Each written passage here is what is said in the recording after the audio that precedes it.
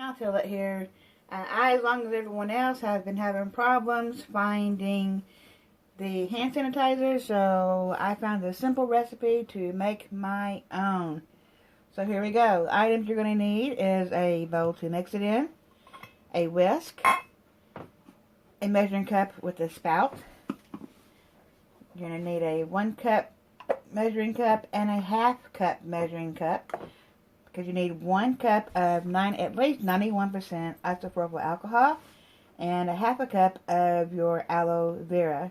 You can use the store-bought if you can find it, or if you have a plant, you can use that as well. Either one are fine.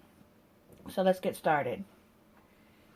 I'm using a clear bowl mostly so that you can see what I'm doing, for the most part, hopefully. As you see, this is a brand new bottle. Get that open. 1 cup of alcohol.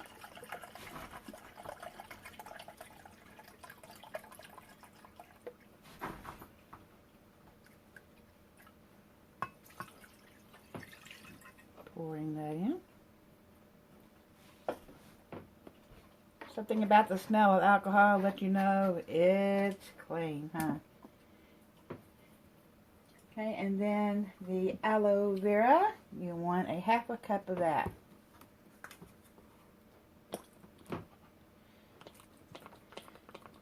This may take a while, huh?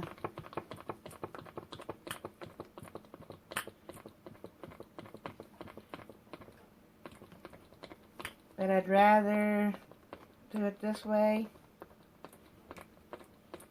No, that's not being touched. So bear with me as we fill this 1/2 cup up. After a while, your fingers get tired.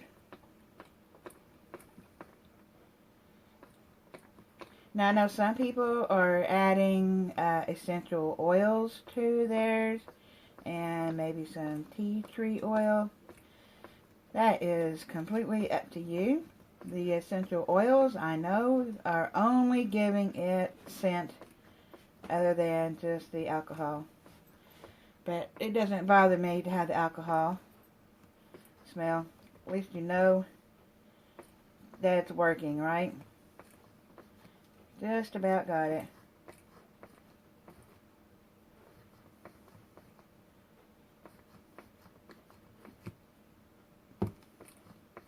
There we go. That should do it. Okay, now pouring that in.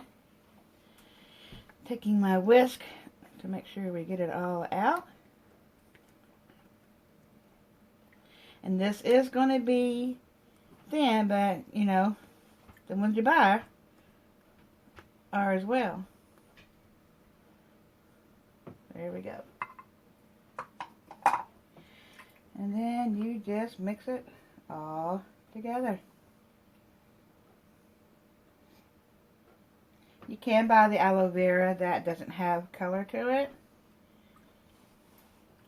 This is just the one that I had bought.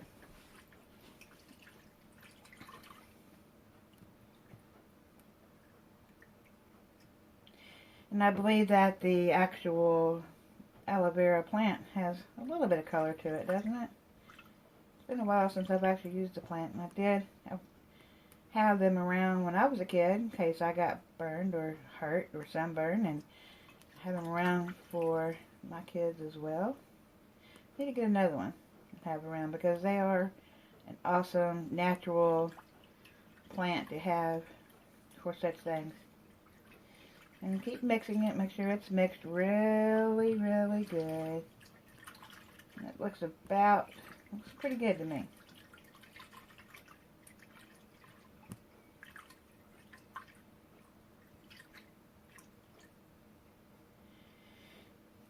And then you could use droppers or turkey basters or whatever you wish.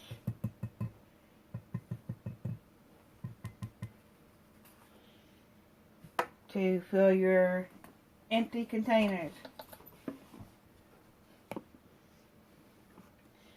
I I'm using a measuring cup because it has a spout on it and it's just easier to do.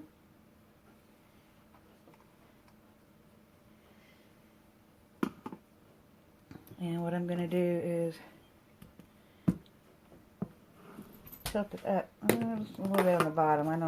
Let's get that a little bit better. Hiding from me down there on the bottom.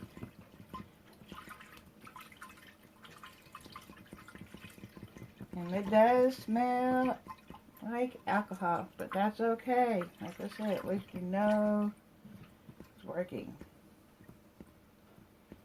Alright. Doesn't have to be perfect. Get this up here and get this poured in.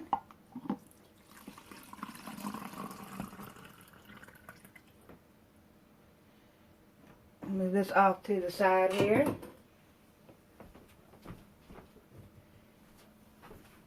And let's see what kind of a mess we hopefully won't make, right?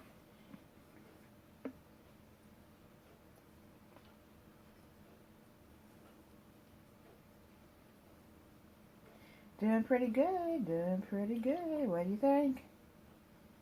And it is kind of thin, and you could actually use this in a spray bottle, and that way you could mist it onto your hand. Now you don't want to fill this all the way to the top, because you want to leave room for your bottle.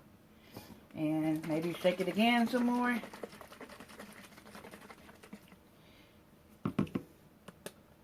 There you go. Look at that. Your own homemade hand sanitizer. You can use your other empty containers to refill them as well.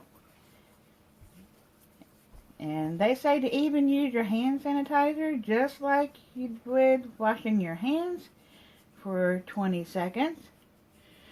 And make sure you get in between your fingers, all around your thumbs, inside your hands, around your wrists.